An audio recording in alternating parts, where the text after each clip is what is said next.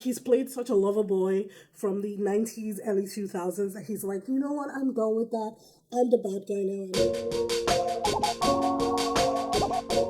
Hi peeps, welcome. If it's your first time, my name is Talia Adewale and this is DISBYDEM. Today I'm going to be talking about Operation Fortune, Ruse the Girl. I don't know if I said that right. Be sure to like, subscribe, hit that notification bell so you know when I post new videos. And let's get into this. So this movie, honestly, oh, it's been a long time. I was super excited when I first watched the trailer in, I think, sometime in 2022. Or maybe even 2021, because it was supposed to be released in 2022, January or March. And I was like super excited. I was so excited for this at some point, and it never came. That at some point I kind of forgot about this movie. And then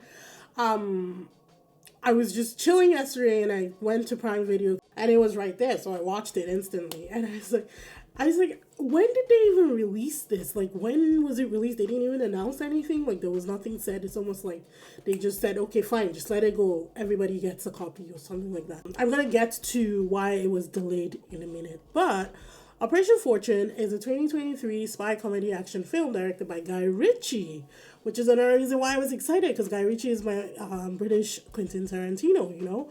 The film stars Jason Statham, Aubrey Plaza, Josh Hartnett, Cary Elwes, Bugzy Malone, and Hugh Grant. These are really the main people of the movie.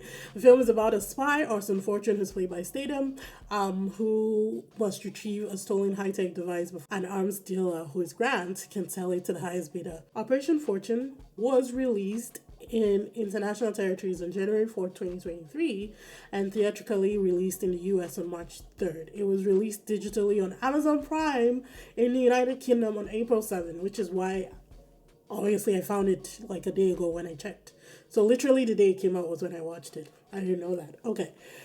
Alright, so it's your typical spy movie. They stole something, he has to retrieve it. It's more about the group. So the group, which is formed by Jason Statham, Aubrey Plaza, Josh Hartnett, and Cary Elwes and Bugzy Malone. It's about that particular group and how they interact with each other, because it's a new group that was just formed due to things happening. I'm not really going to go into the details of this movie. It's a spy movie. You know what to do. It's retrieval. People die along the scene. There's action. There's stunts. There's fighting. There's cool moments and all that crap. You know, I'm gonna focus more on the fact that this was a Guy Ritchie movie, but it did not play like a Guy Ritchie movie. You know how I used to like a Lock, Stock, and Two Smoking Barrels? What's the other one? Rock and Roller. His movies, basically, King Arthur. You know how his movies are directed and how they play out?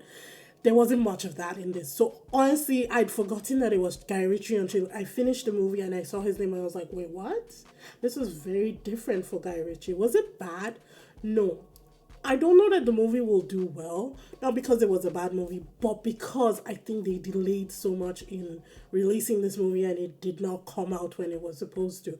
So it kind of lost all its hype, you know, the buzz, everything that was already surrounding the hype of this movie literally died down. The embers went out. It was just ash in that fire pit. Nobody knew it was coming out. Nobody was excited anymore. And that's why I think the movie will not do well right now. It might gain a cult following because it is a Guy Ritchie movie and because it's slightly different from what we're used to from Guy Ritchie, you know. So maybe it will gain its audience eventually, but right now I don't think it's gonna do that great as of maybe the rest of the year. Now, it does feature Jason Statham and Josh Hartnett, who were also in The Wrath of Man. And The Wrath of Man was kind of filmed, I think, maybe a year before this one, or probably at the same time. So it's kind of like weird where you're like filming two movies with the exact same actors. It's like, where does this movie end and where does this movie begin? I just said that was funny. Now let's delve into some of the actors and how they came across. Jason Statham as your spy guy is your typical guy. Like, if you remember him in Spy, it's the typical, honestly, it's the same character. There's really nothing else different that he's bringing to this, but it's Jason Statham. He can wear a sack and not speak, and I will be there for it because it's Jason Statham. Aubrey Plaza, who is always an amazing actress, you know, comedic timing, facial expression, dead eyes, all the good stuff that you want in your actress.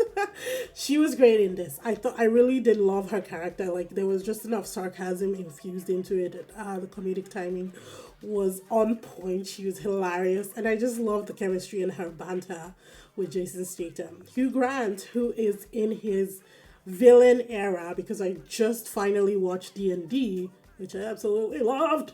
That review is going to be coming out shortly. I have to do that with Hamza, so I'm going to refrain from saying anything right now.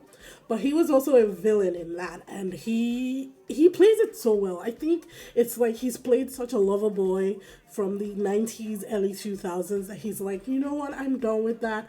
I'm the bad guy now, and I'm just gonna immerse myself in it. And I love it. I love him in this. He was actually funny, slightly greasy, you know, just a little bit of eek with a lot of, I like what you're doing, you know. I liked him. Him as the bad guy really sells it for me. Josh Hartnett in this was really weird. That's the best way I can describe it. He's a great actor. Always has been, always will be. And he was okay to watch, but he was definitely not the focus in the movie. Bugzy Malone, who plays JJ, was also in The Gentleman. Character in Operation Ruse, though, was way more... Operation Fortune was a lot more cool, you know. It's kind of like the silent, you know, hitman who just does everything. My favorite part of him was when he tasted the wine. A glass of this. Wine's not really my thing. There's wine and then there's wine.